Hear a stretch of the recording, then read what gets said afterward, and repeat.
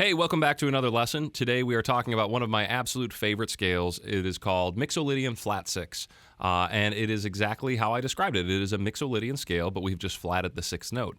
You can also think of this as being the 5th mode of the melodic minor scale. So if you take an average melodic minor scale and begin playing it starting on the 5th note, you'll end up with the same set of half steps and whole steps. I really, really like this scale. It's got a wonderful tonality to it, a wonderful feel.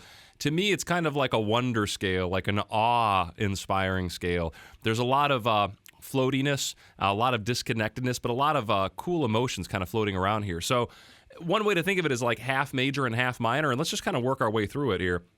We basically have a 1, a 2, a 3, a 4, a 5, and a flatted 6, and a flatted 7. All right, and then we can come back to our root. We have our 1, 2, 3, 4, 5, flatted 6, flatted 7, and then our root and our major 2nd, major 3rd. So you can hear that the first half of this is fairly major. Those first 5 notes are just screaming out major scale. 1, 2, 3, 4, 5, but that flatted 6th makes a huge difference in the way this scale feels. Just going up and down that. That's a pretty neat, a little sequence right there, just going up and down. Gives a little bit of mystery. Major's very happy, very bright. And that major 3rd can actually sound pretty mysterious if you surround it with that flatted 6th like we're doing here. Okay? So essentially what I want you to think about doing is figuring out the chords that are available to us in this scale, Mixolydian flat 6. And when you do that, you'll see that we're allowed to play a major 1 chord. We're also allowed to play a minor 4 chord. We're allowed to play a minor 5 chord. And we're allowed to play a major flatted 7th chord. Okay? Those are the only major and minor chords we have access to in this key. We have access to quite a few diminished chords. There's 2 diminished chords we have access to, and there's also an augmented chord built off the 6th fret. Diminished chords and augmented chords are traditionally pretty hard to use when you're composing, so I'm not going to worry so much about those right now. Between those two, I think your augmented is your best choice. I think in the key of A, for example, this F augmented actually works fairly well, coming back to the 1 chord of A major. So this is my 6th chord, F augmented, resolving back to my 1 chord, A major. And you're already starting to hear a little bit of what this scale sounds like when you start mixing in the chords, all right? I think the best place to look is your 1 chord to your 4 chord. So that's what I want to start with. Let's take our 1 chord, which is A major, and I want you to listen to how that sounds like going into the 4, which is D minor. All right, so we're going from an A major chord to a D minor chord. And you can hear that's a pretty sad, strange change, right? Now, I don't want you to get confused. A lot of people might hear that minor 4 chord and think I'm just borrowing it from the parallel minor. And I did a lesson on this on the plagal chord change, the minor plagal chord change, where you're just going from the 4 to the 1. And really, that's not quite what I'm talking about here. What I'm talking about is literally staying in 1 key, and in that key, I have an access to a major 1 chord and a minor 4 chord. And when this minor 4 chord comes up, I'm not going to change what notes I'm playing over the top of it as a lead player. I will continue only playing the notes of Mixolydian flat 6 over this chord progression, all right? And you can kind of hear it very briefly. I'll try to do it here just on my guitar. Here's like an A major, and then here's some of the notes of the scale, all right? So I've got the chord, and I've got some notes of the scale. Here's my 4 chord, D minor, and there's the same notes right there, all right? So right now I'm kind of combining the chords and the notes of the scale. I could also do kind of the same thing here. Let's just pedal on an open A. All right, here's just an open A string. And what I'm going to do is start playing the scale with that open A ringing out. And you're going to kind of hear what it sounds like as I start putting those notes together. It's very reminiscent of, there's that System of a Down song I'm thinking of, Mesmerize, I think it's called. But that has a major 7th in it. We don't have a major 7th. We have this flatted 7th, all right?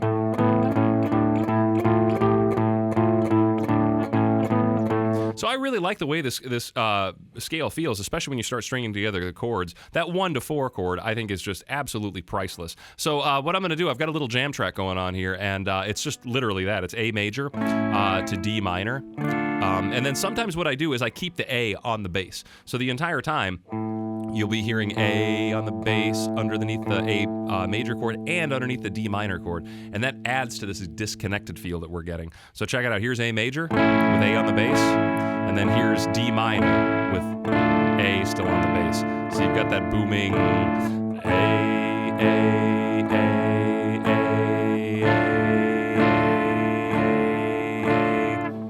and without me even playing the scale on top of that, I think you kind of get the idea that this is a unique characteristic for a scale. Compared to something like minor that's just dark or major that's just bright. This to me has a very distinct feel, floating between worlds kind of feel. But I will say that as distinctive as it is, I still sometimes confuse my ear when I'm just hearing somebody do modal interchange off of a minor 4 chord. For example, if I'm in the key of A major and somebody decides to shift into the parallel minor key of A minor while they borrow the 4 chord, that would sound like this instead, where that third note of the scale all of a sudden becomes a flatted third instead of a major third like in our scale. A lot of players will accommodate this minor 4 chord by shifting into A minor, and then all of a sudden you lose access to that major third. So they're very similar feels. The idea of using modal interchange over the 4 chord and this idea of Mixolydian flat 6 staying in that key, those are extremely similar sounds, but with practice and with composition work, the more you work with this stuff, the more familiar you will be with those sounds. And I really, really advise writing something with this. I think it's very easy to just get anything good sounding just by using 2 chords. Okay, so let's listen to the jam track. I'll play a few lines on top, and I'll leave you with some final thoughts on this.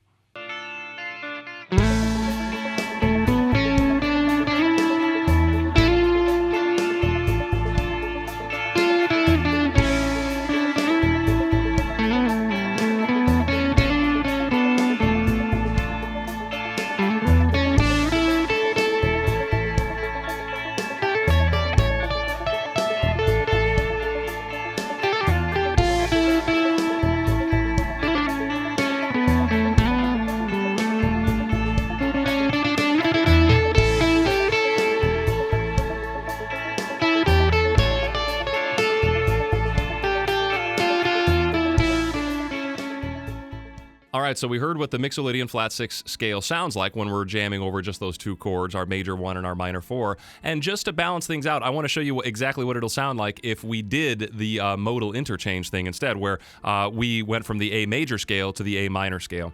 And really what you'll hear, the difference here is, when that D minor chord comes up, all of a sudden I'll be playing these 3 notes instead of these 3 notes, all right? So I'll just kind of walk you through as the chords come up. I want you to hear the difference between this Mixolydian flat 6 feel and this modal interchange feel of going from A major to A minor. They're pretty similar, but just take a listen here, all right? So we'll start off with Mixolydian flat 6.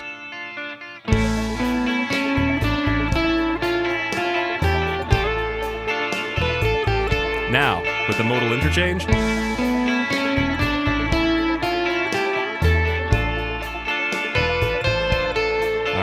So, Mixolydian flat 6. And now we'll try it with some modal mixture.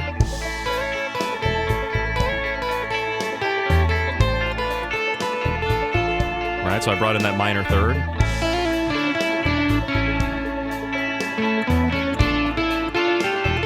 Mixolydian flat 6. Now I'll do the modal interchange.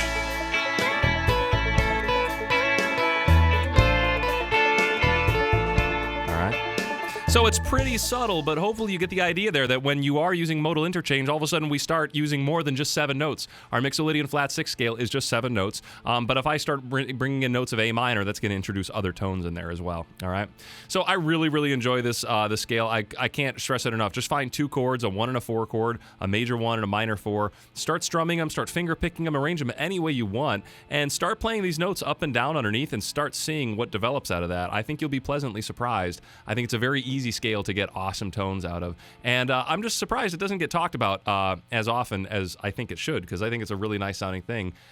We don't hear it that often in mainstream music. I can't think of a lot of pop songs where you're going to hear this, but it's pretty common in jazz fusion, progressive rock, video game music. You hear this kind of thing a lot, so play around with it and see what you get.